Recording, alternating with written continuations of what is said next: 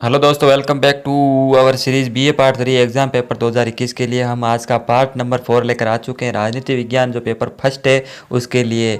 तो BA part 3 exam के जो पहले के पार्ट 3 वीडियोज़ है वो हम पहले ही अपलोड कर चुके हैं। अगर आपने अभी तक पार्ट 3 वाले जो वीडियोज़ है वो नहीं देखे हैं, 3 वीडियोज़ है तो ज़रूर देखिए। आज का चौथा पार्ट हम शुरू करते हैं 76 नंबर क्वेश्चन के साथ। तो इंपॉर्टेंट क्वेश्चन है, ये भी शॉर्ट लाइनर, तो आप ज़रूर देखिए पूरा वीडियो। तो क्वेश्चन नंबर 76 है, स्वतंत्रता के विषय में रूसो के क्या विचार हैं। तो रूसो के जो विचार है, पहला विचार यह है कि राज्य में प्रत्येक व्यक्ति स्वतंत्र है।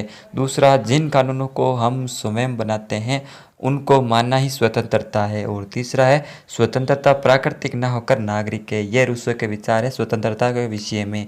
अगला प्रश्न है, रूसो के अनुसार सामाजिक समझौते का प्रमुख कारण क्या था।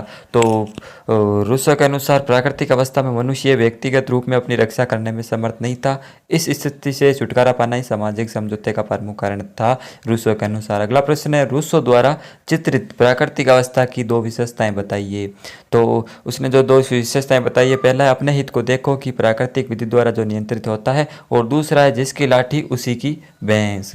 अगले प्रश्न की तरफ दोस्तों बढ़ते हैं। 79, रूसो ने सरकार के क्या भेद बताए हैं। तो जो रूसो ने 4 प्रकार की सरकारों के भेद बताए हैं। पहला है राजतंत्र वाली सरकार, दूसरा अभिजात्य तंत्र, तीसरा प्रजातंत्र और चौथा है मिश्रित तंत्र वाली अगले सरकार। प्रश्न की तरफ बढ़ते हैं। रूसो किस शासन पद्धति को श्रेष्ठ मानता है, किस शासन पद्धति को। तो रूसो प्रत्यक्ष प्रजातंत्रात्मक पद्धति को श्रेष्ठ मानता है। ये रूसो प्रत्यक्ष प्रजातंत्र वाली सरकार को, डायरेक्ट जो जनता चुनती है। अगले प्रश्न की तरफ बढ़ते हैं। बेंथम के अनुसार उपयोगितावाद किस सिद्धांत पर आधारित है। तो उपयोगितावाद का सिद्धांत आपको एक बार जरूर देख लेना है, हम आगे इसकी चर्चा करेंगे। तो बेंथम के अनुसार उपयोगितावाद जो है लाभ के सिद्धांत पर आधारित है। अगले प्रश्न की तरफ देखते हैं। सुखवादी मापक यंत्र क्या है, इसके बारे में आपको टिप्पणी करनी है, छोटी सी शॉर्ट लाइन। तो बेंथम ने इस यंत्र का आविष्कार किया था जिसकी प्रक्रिया यह है, समस्त सुखों व दुखों के मूल्यों को एकत्रित कर उनका अंतर निकाला जाए, उससे सुखवादी मापक यंत्र जो है इसकी कार्यविधि है। अगला प्रश्न है, बेंथम ने सुख प्राप्ति के क्या साधन बताए हैं। तो उसने 5 प्रकार के जो है 5 साधन बताए हैं। पहला है भौतिक या प्राकृतिक साधन, दूसरा राजनीतिक, तीसरा नैतिकता और चौथा अलौकिक, पांचवा धार्मिक साधन। ये बेंथम ने बताए हैं 5 साधन सुख प्राप्ति के लिए। अगला प्रश्न देखते हैं, बेंथम ने सुख के कितने भेद बताए हैं।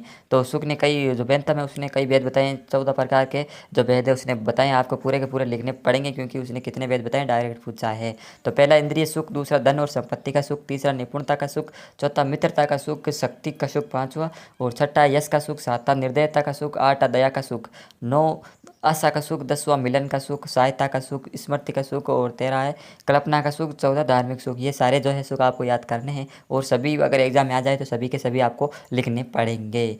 तो अगला प्रश्न है, बेंथम ने दुख के कितने भेद बताए हैं। ऊपर सुख के भेद बताए थे इतने, अब दुख के भेद पूछ लिए हैं। तो उसने 12 प्रकार के दुख के भेद बताए हैं।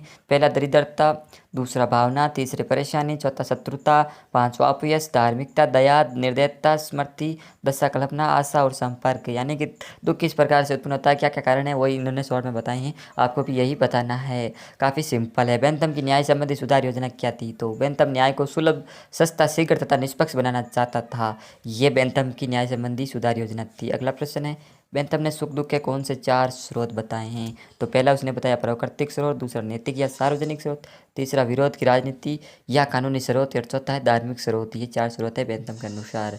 अगला प्रश्न है, बेंथम द्वारा दिए गए 2 कैदियों के सुधार लिखिए। कैदियों के जो सुधार होते हैं उसके बारे में बेंथम उनके क्या विचार थे। तो पहला है, दंड निर्धारण में उद्देश्य, परिस्थितियों व हानि का आकलन होना चाहिए, और दूसरा जेल यातना गृह न होकर सुधार गृह होनी चाहिए। यह बेंथम का मानना था। अगले प्रश्न की तरफ देखते हैं।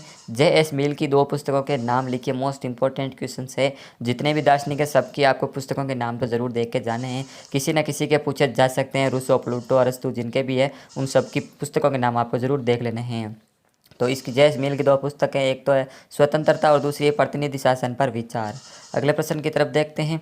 नील ने स्वतंत्रता के 2 भेद क्या बताए हैं। तो उसने 2 जो भेद बताए हैं, पहला है विचार एवं अभिव्यक्ति की स्वतंत्रता, और दूसरा है कार्य की स्वतंत्रता। ये नील ने बताई है। अगले प्रश्न की तरफ देखते हैं। J.S. मिल द्वारा विभिन्न अमर्यादित स्वतंत्रताएं कौन सी है। तो पहली है विचारों की स्वतंत्रता और दूसरी है कार्य की स्वतंत्रता जिसकी कोई मर्यादा नहीं है J.S. मिल द्वारा। तो प्रश्न नंबर 92, मिल की शासन संबंधी धारणा क्या है। तो मिल के अनुसार वही शासन प्रणाली अच्छी है जिसमें नागरिकों को उचित राजनीतिक शिक्षा प्राप्त होती है।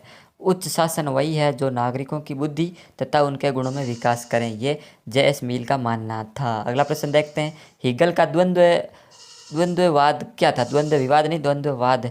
तो हीगल के द्वंद्ववाद के अनुसार विश्व में प्रत्येक वस्तु की प्रतिवादी वस्तु अवश्य होती है। पहले वाद होता है तब उसका प्रतिवाद होता है। इन दोनों के संघर्ष में एक तीसरी वस्तु उत्पन्न होती है जिसे समवाद कहते हैं। संवाद नहीं, समवाद। ठीक है, यहाँ पे करेक्शन कर लेना, समवाद। अगले प्रश्न की तरफ देखते हैं, 94 स्वतंत्रता की ग्रीन की परिभाषा।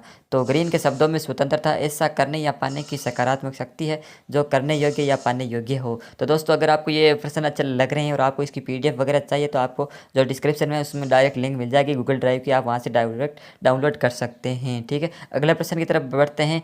95 हीगल का राज्य संबंधी दृष्टिकोण क्या था? तो हीगल का कहना था कि राज्य पृथ्वी पर ईश्वर का ही रूप है, राज्य स्वयं ईश्वर है, राज्य में एक ईश्वरीय इच्छा का ही समर्थन हम पाते हैं, यह हीगल का मानना था। अगला प्रश्न देखते हैं, ईगल ने हीगल द्वारा लिखित 2 पुस्तकों के नाम, यहाँ पे मिसप्रिंट है, हीगल द्वारा लिखित 2 पुस्तकों के नाम है। ये भी फिर से इंपॉर्टेंट है, मैंने आपको कहा है जितने भी पुस्तकें हैं दार्शनिकों द्वारा लिखित वो आपको 2 पुस्तकों के नाम याद कर लेने। तो इसकी पहली पुस्तक है साइंस ऑफ लॉजिक, दूसरा रूल्स ऑफ सोशल मोबिलिटी। मेरा मानना है कि आप किसी पाने में, किसी कॉपी में, सब जो किसी पेज में सारे जो दार्शनिक उनकी किताबों के नाम क्रम से लिख लेते हैं और जब एग्जाम देने जाए तो उनको रट लें, याद कर लें। ठीक, और एक वीडियो में आपको, अगला वीडियो इसी के बारे में बनाऊंगा, जितने भी पार्ट ये दार्शनिक है उनकी पुस्तकों के नाम मैं आपको लेकर आने वाला हूँ एक ही वीडियो में। अगले प्रश्न की तरफ बढ़ते हैं, 97 T.S. ग्रीन के विचार दर्शन के स्रोत।